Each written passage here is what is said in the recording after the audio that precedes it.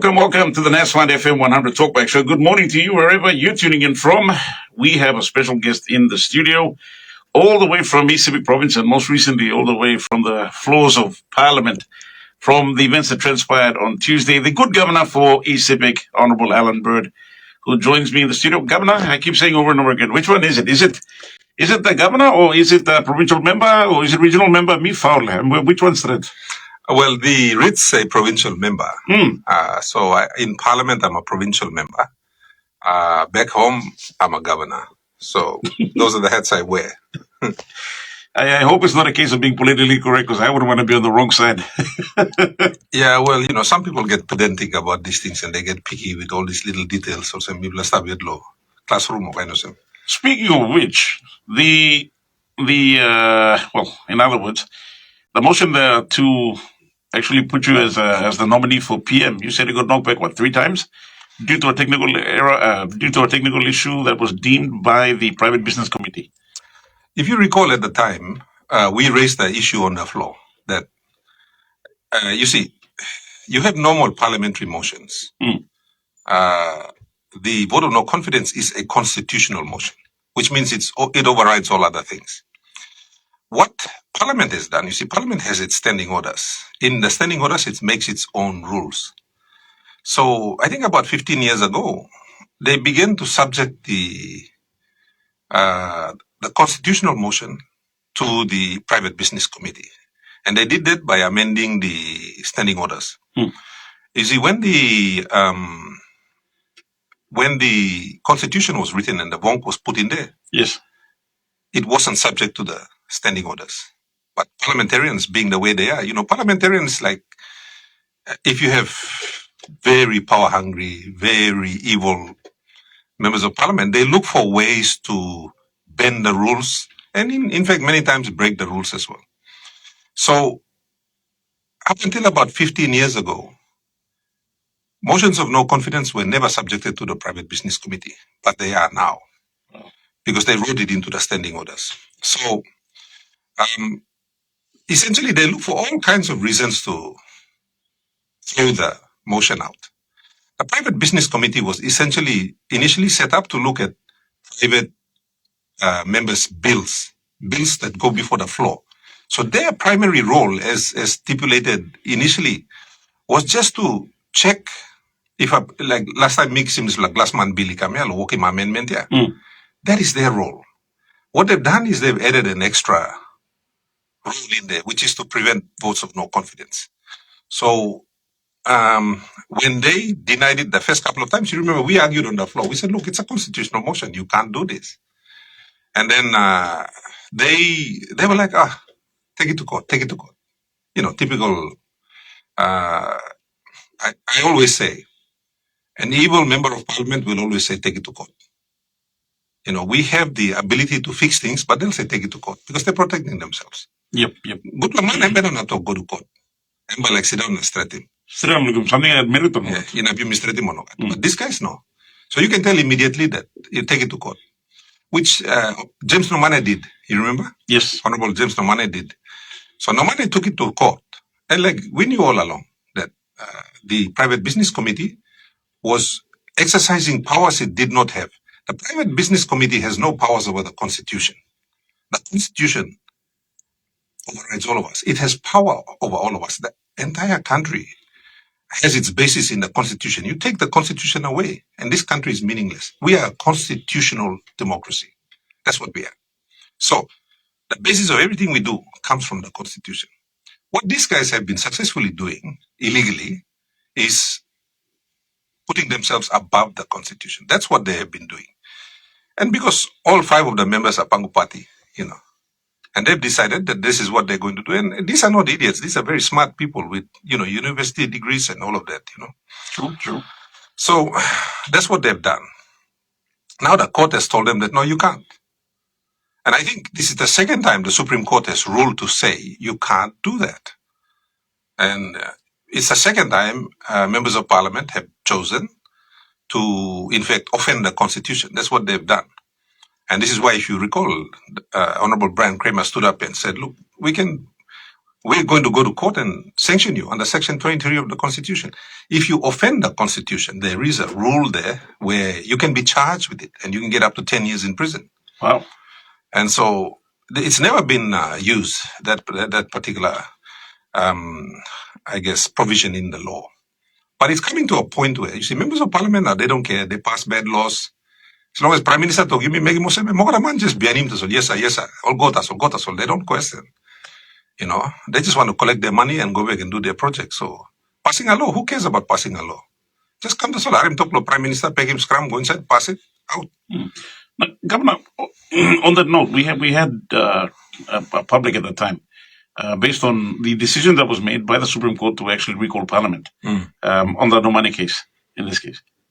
Now, we had certain people that actually came in and sent in messages calling out the Clerk of Parliament, Kalaufa in this case, and saying the Clerk of Parliament and his team, shouldn't they have been the one that providing guidance to the parliamentary, the Private Business Committee to ensure that they didn't step out of line? I'll tell you what happens now.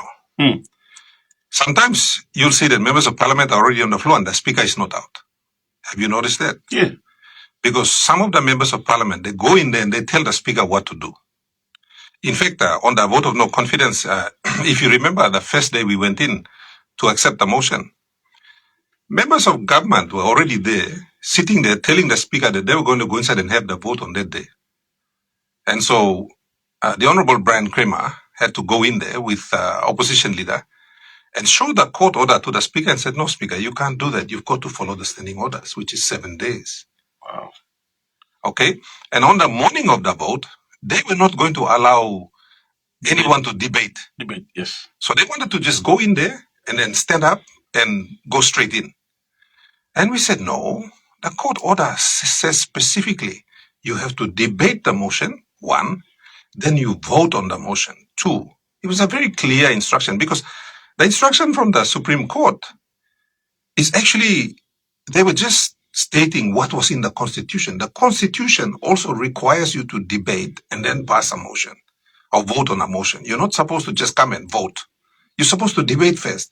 Those rules are clearly outlined in the Constitution.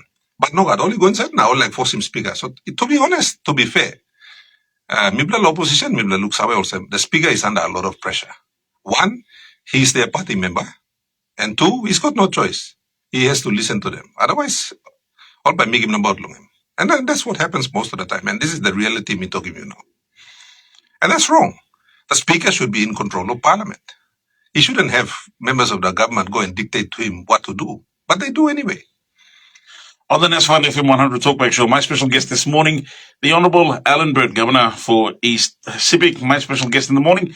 If you have any questions you'd like to ask Governor Bird, we're not opening up the phone lines just yet, but nothing stopping you from sending us a message via WhatsApp. That's 77146340, or even email us live at fm100.com.pg. Again, email live at fm100.com.pg, or send a WhatsApp message to 77146340. You can also send a message to our Facebook page because we are live streaming this interview. So for those who'd like to catch the action on video, please log on to Facebook and type in FM100 Papua New Guinea. That should take you straight to our Facebook page. Like the page, share the page. Currently on 90,000 followers, we want to take it all the way up to 100,000 followers by Independence Day. So commemorating 50, we'd like to commemorate also with 100,000 followers. You can do so by sharing our content, liking our page, and following our page as well, and encouraging all your friends on your friends list on Facebook to follow our page and like our page as well. We'll take a break and be back with more. Next Fund FM100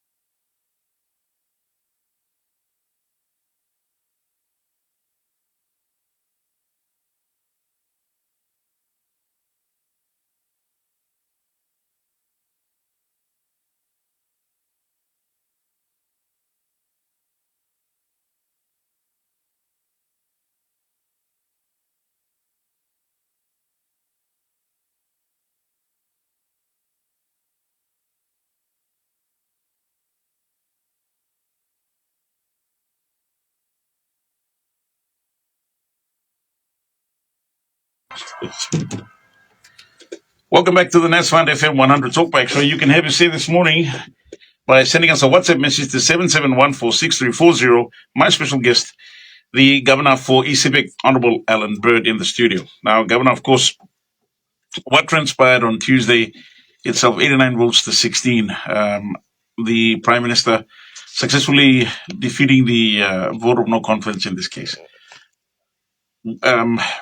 From many Papua New Guineans are wondering what happened. Why couldn't we master the numbers? And of course, people switching during the time to vote. Well, most people, they think that votes of no confidence are easy. It's not easy.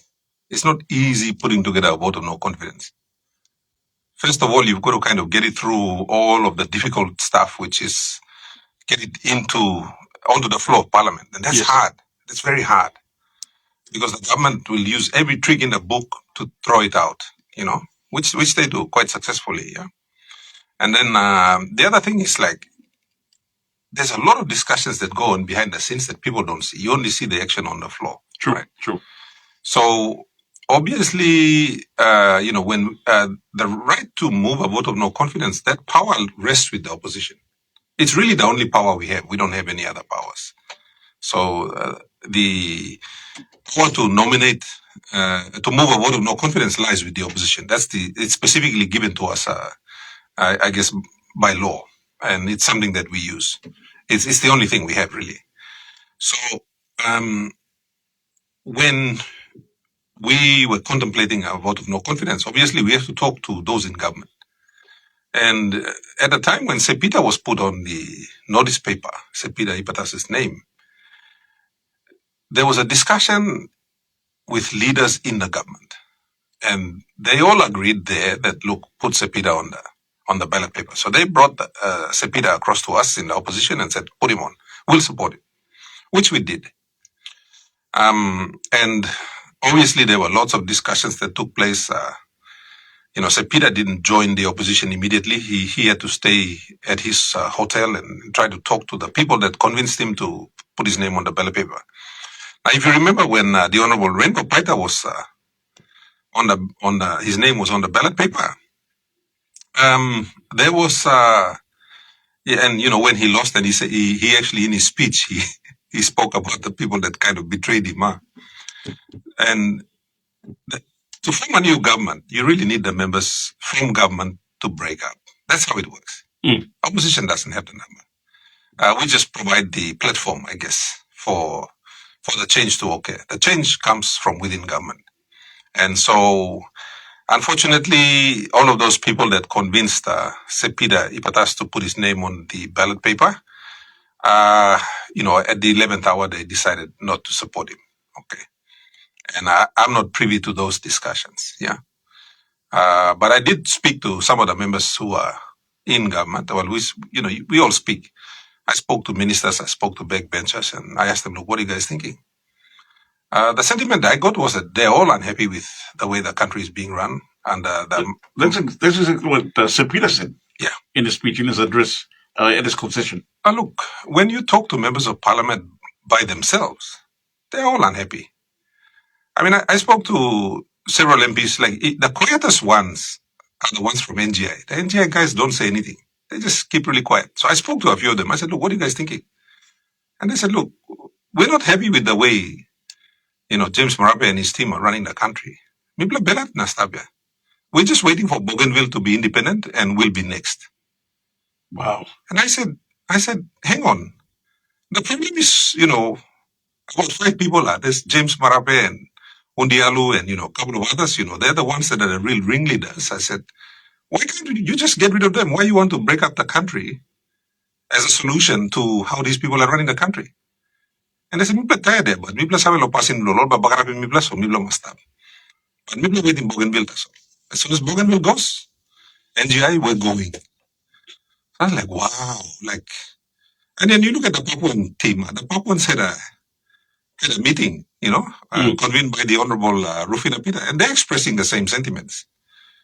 And all of that is a frustration with the government. I'm not in government. They're not frustrated with Allan Bird as governor of Sepik. But I know that my people are also having the same frustrations. It's a frustration of on top of the same things: law and order, lack of opportunities, lack of power. We can't get power. Water problems. There's no money coming down to maintain. All of the normal problems that every single province has, which are sort of because we have a centralized system of government. All these problems start in the center. So the center collapses, the outside collapses. You think. So we have all the same problems. But then all of these problems and how the country is managed, how things are prioritized, it then leads to other things. People are realizing, all right, well, look, as leader for so-and-so, I'm not really getting anything done because everything is done from the center. And the problem is the government. And rather than dealing with the government, they would prefer to break up the country. These are the sorts of discussions that are going on amongst members of parliament. How should I say? If I could use an analogy, this is the case where I would describe it as a very toxic marriage. You've got one very unhappy partner who can't really speak out about what they see is wrong.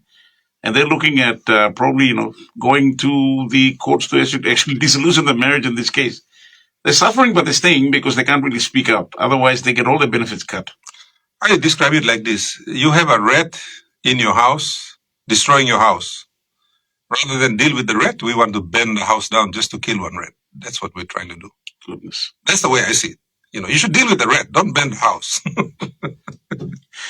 On the next one, FM100 TalkBack show at this juncture, if you have any questions, please don't call in just yet. We haven't opened up the phone lines, but again, please post your comments on our Facebook page. I'm seeing a lot of the comments being posted right now, and your questions as well. Also, send us a WhatsApp message to 77146340. Again, 77146340. My special guest, the Honourable Allan Bird, Governor for East Sepik, this morning on the NASFund FM100 TalkBack show. We'll take a break and be back with more. NASFund FM100 TalkBack show.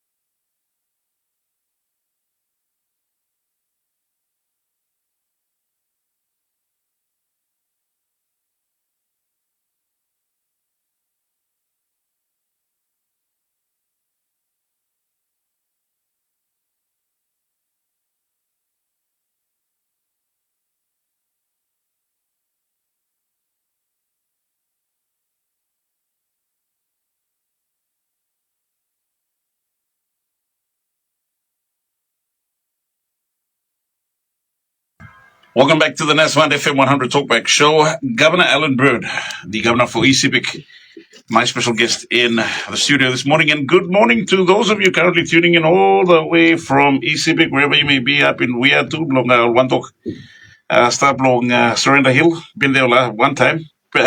Morning to Blogata. And those currently listening on a bus traveling from, I think, Wasara. Someone was saying, Salam message come. Thank you, Thomas. Appreciate your company this morning. Governor, with what's transpired, you put out a post, was it yesterday or the day before, where you're saying, and this is what I asked you last time, many people, we've got from most of our feedback from our listeners out there and our viewers, they're saying, okay, if you wanted to be, if you have the mandate to be an alternate prime minister, unfortunately, you're not a party leader for that matter. You start nothing. You start nothing with no party affiliation at this point. And you did post something yesterday that said that, well, the call for you to actually create a party, or even there's a possibility that you could represent a party or take over a party in this case. You said you would consult. So, big question: does that mean that you will be going beyond the 10-year promise that you made to yourself? Well, first of all, the constitution is quite clear. Any member of parliament can be nominated to be prime minister. It doesn't have to be a party leader. Okay, so let me make that clear. It's just that, like I said, members of parliament, they like to make up little rules that give them comfort. But the constitution is quite clear. Any member of parliament can be nominated to be a prime minister. James Marape wasn't a party leader when he became prime minister. He just had to stitch Pangu party together after, if you remember the events that followed, But up until that point, he wasn't a party leader. Yeah. But now they want to change the rules just to make it suit themselves. And that's the other thing, there's, I think, section 63 of the organic law on provincial and local level governments, the invitation letter. Personally, I believe that that's illegal because it infringes on the rights of members of parliament. As you know, before the vote of no confidence, I put in a section 145, the reference, the amendment, section 145.5, is now before the courts, and we're going to be hearing it. I believe it's unconstitutional also, and I believe that the courts will rule and support the constitution. I have a strong belief. That's the reason we filed. The next one we're going to file is the section 63 of the organic law on the invitation. I believe that's illegal because the constitution is not subordinate to an organic law. It's supreme. The constitution is supreme. So whatever is in the constitution needs to be respected. So that's the next reference that we're going to take to throw that one out. And then, NEC,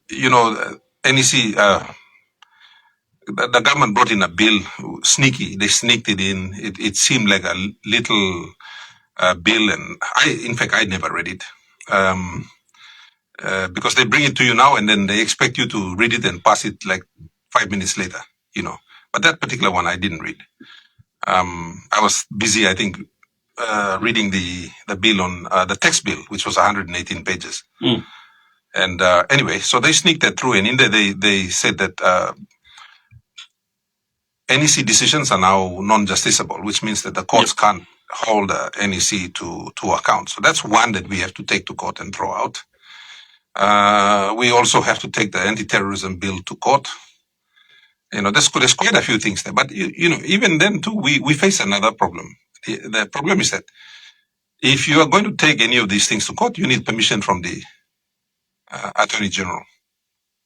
So these are some of the, like I said, they do a lot of things to protect themselves. A lot of these laws are passed to protect the government, which is wrong. The government should be accountable to the people. It cannot shield itself from scrutiny. It cannot shield, like, for example, if NEC took a decision that affected a company or affected you or me, I should have a right to go to court and say, look, this is wrong, and get the court to rule. Well, they just passed a law that said, no, you can't do that. NEC basically makes decisions and nobody can question it. That's what they're saying. So these are some of the laws that the government has been amending to protect itself from, I think, the public, all of us. That's what they're doing. And so that's what we're doing. We're just going back to court to say, no, it's unconstitutional. It's unconstitutional. Throw it out. Rouse him. So coming back to my question. Oh, there's look, I personally think that, members of parliament shouldn't become entrenched.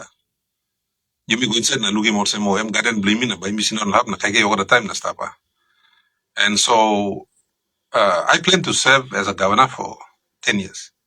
And there were a few things that I wanted to achieve, and I've achieved most of them already. There are only two things left. One is the airport extension, which, we're working on it now. And the other one is the solar power supply. These are things that came on. And so hopefully by last quarter of this year, we're going to get a solar power station in with the help of the European Union. So, and the Australian government. So after that, there's not much for me to do. Um, and I'm quite happy to go. I want to retire. I can't keep fighting with people that don't understand and people with evil intentions and all they want to do is protect themselves. But then, like, I guess when you're doing the right thing, all Manmeri looks away. So there's been a call even like across the country, which surprised me, to be honest. And that's why you see in the parliament sitting on Tuesday, I just kept quiet. I didn't want to make any noise. And credit to like Kramer, Sepuk, Kerenga Kua, amazing young James Nomane, young Keith Iduhu, even Governor Central, amazing people with their amazing intellect and insight. And, the debates that came forward was just very rich. I was impressed with the team, Dr. Lino. Mm. So, so I sat there and I decided not to become involved because I thought, online to all fitman lo karim heavy all stuff. Yeah? So Larim all work now. So I just kind of didn't want to participate too much because they were doing a great job. They didn't need me to weigh in. But somehow, like, me looking more and people of Papua New Guinea only, and I got so many messages and from so many people and even on your own Facebook page. On my own Facebook page too, which surprised me because I didn't expect it. But I think maybe I'm doing a few things that Papua New Guineans find refreshing. Papua New Guineans are sick and tired of the way we run the country. And there's not a lot of transparency, and we're trying to reduce transparency. And I think when they see that someone is, you see, all my training, I'm trained by BHP, basically. I'm trained to run a mine. That's my training. I'm trained to be a mining executive. So in my training, we are taught that transparency and accountability is everything. People need to understand what the business is all about in order to make it work. So that's the training I've received. So when I'm in government, like in Sepik, I've done the same thing. I've brought transparency to the process of government. So people are participating more. You hear people like Dr. John Momisa, the father of our constitution. He talks about people participating in democracy. Well, in private sector, that's the way you operate a business. Is everybody in the business needs to understand how the business is. And so that's how I've been trained. Mm. So when I came into Sepik as the governor, I tried to bring transparency to the operations of local level governments. We don't have transparency in DDAs. And, that's something that I'm hoping will change in the future.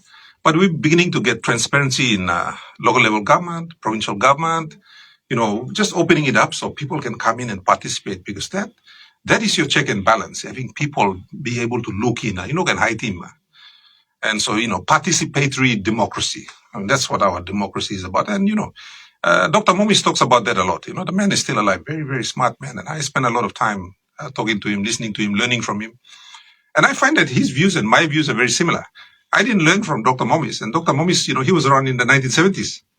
Wow. And I learned from BHP, which is a mining company. And I learned the same principles from them. And it's very similar to what, Dr.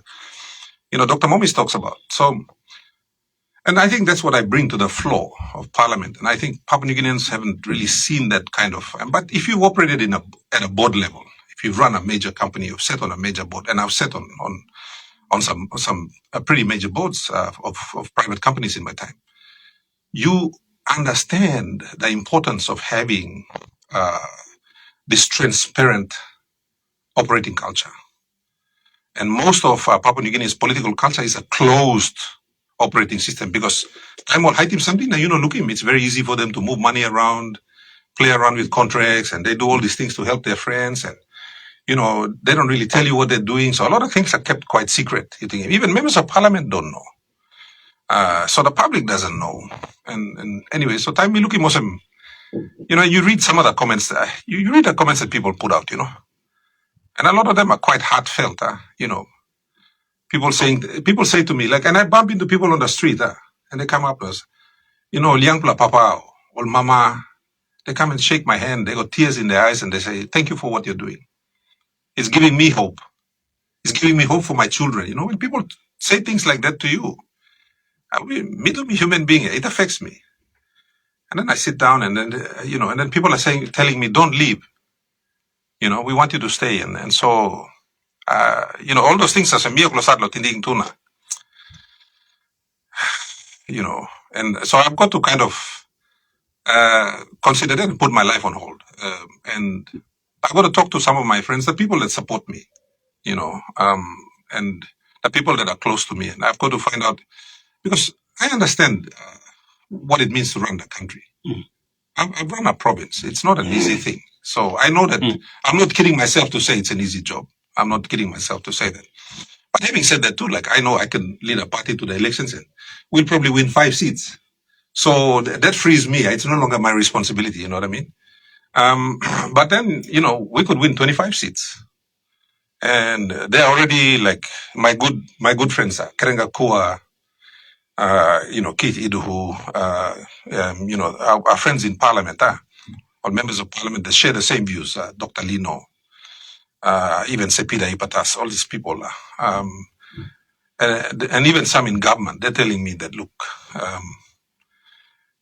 we'd be happy to support you if the time comes. And so I have to think about that because, when I was the nominee, Minos asleep night, it gave me a hard time because I'd be up for 20 hours a day thinking, all right, these are the things that need to be fixed. We need to fix this, starting from law and order, foreign currency, foreign direct. We need investments. We need this. We need this. We need this. How do we fix it? So I did a whole list on my phone, which is still there. So, that's what's going to happen when you run in the country. And look, given my background as a mining executive, like you don't do everything yourself. Like now in Isipik, and the other day, a prime minister was criticizing Isipik province, and I said, look, hold on a minute. Like my public servants in Isipik, I call them my public servants. I fought them when I became governor. I was very hard on them, to the point where things will change. They're changing. And they're beginning to deliver results. And so I've softened my approach a little bit towards the public servants. And I realized that, look, they're good people. When I was outside, I fought them. When I became governor, I fought them. But Trangu or Satlo changed now. Our local level government, some of them are beginning to function now from not functioning at all before. Wow. So, people are capable of doing good things. You just got to create the space for them to operate. So, like, I don't go and dictate to the provincial administrator, oh, pay this guy or do this or do that. He knows his job. He's a professional. He's been trained. He's been in the public service longer than me.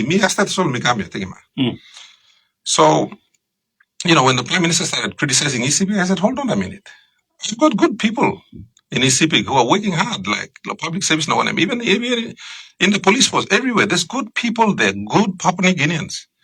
You just need good leadership at the top for those people to do their job. Like, one of the things, like, one more time, because I've got a public service that's working now. So, and I used to meet with them like once every 2 weeks, and I'd be like, what's happening here? What's happening there? You go on one more time. Administrator, I'm doing I'm talking, governor, respectfully, I'm talking. Maybe all public servants, yeah, we're working.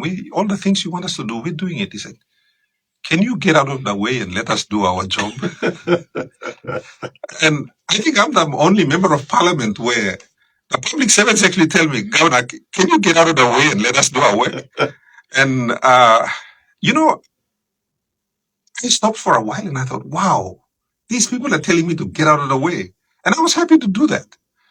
And I think that's the way I operate. I need good people to do my work. I can't do my work myself.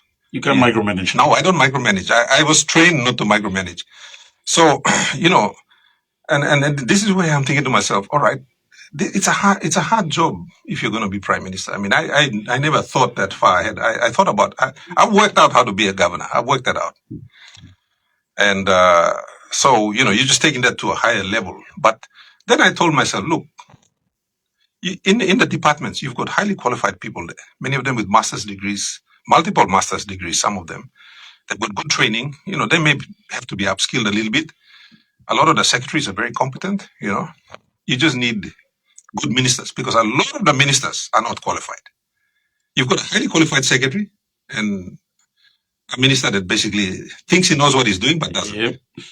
So you just got to fix that, and then suddenly you'll find all these brilliant Papua New Guineans in public service positions are going to perform. So I thought, all right. So I'm thinking about it and thinking, all right, yeah, you might look.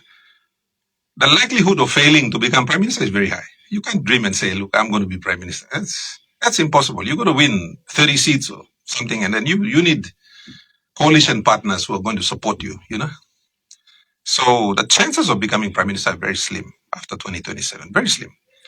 And so I'm thinking to myself, yeah, okay, the chances of failure are high. And I just need to find out the people that are going to back me up. Like, for instance, and, I thank the Papua New Guineans for saying, all about contributing money, this lana. That broke my heart. Like over election, I miss a broken business, I miss a rone. I miss a film same look, money, man marina. Because you don't want to let people down. You get their money and they're expecting you to do something great, and then suddenly you fall down. So letting people down is something that I struggle with, letting the public down. But I'm thinking, if everyone's game, and it's something that I want to think about for maybe the next 2 months. And I want to talk to people in the private sector. The people in the private sector, they need a good government. They know it. We all know it. So drive the economy. So I want to talk to some of the business people out there and say, look, if I do this, if I stick my neck out, I'm happy to stick my neck out. I always stick my neck out, but I do it as an individual. And and I have a great team. I like the people like Krenga Kua, James Donald, all these guys, Kramer. Even to some extent now, Peter O'Neill. Peter O'Neill, he's been sitting back a bit and sort of letting us do our thing, and just seeing them there, and you're thinking, all right, maybe we should think about this, and it's not for me. It's for the people. I mean, I'll be honest. I've got a job offer to leave Parliament, and go and run a major company, which is something I'm very good at doing, and I'd love to do that. So do something easier. I don't want to. In Parliament, sometimes it's a sin to be intelligent, and I sometimes feel a bit bad that when I'm out there debating and I make other members of Parliament look bad. Mr. Pilim, no good Kenya. But in private sector, they're all really smart people. So you're sort of in your element there. You're working with people that are at your level. So I kind of wanted that a little bit. You know what I mean? But look, it's something that it's a big decision. I got to go back and talk to everyone, and especially with Sepik, so I want to go back and talk to a bunch of them and get a feeling and lay the cards out. I'm not a guy that runs into things blindly. I want to look at the entire landscape and figure out if it can be done or not, and what can we do, what can't we do, figure out how much it's going to cost, and then we work on that basis. So, sorry, I'm long explanation, but it's not an easy decision to make from my perspective, and I wanted to give people an appreciation about why I want to take some time and do this thing properly, and then come back with a response. When might that be? If I'm not pressing too much, maybe in a couple of months. I'm going home over the weekend, and we got stuff to do at home. Maybe to travel around, plenty of road they're all national government roads. The road to collapse about. We don't have the money. We haven't received any money from national government since May last year. Since May last year. So approaching 12 months. Yes, 9 months now, no money. So another 3 months, and it'll be a record. 12 months not receiving any money from the national government. On the next one, FM100 TalkBack Show, we haven't opened up the phone lines just yet, so talk We're going to be taking a look at some of your messages coming in via WhatsApp and via Facebook. On the next one, FM100 TalkBack Show, my special guest, the Honourable Allan, Governor for Sepik.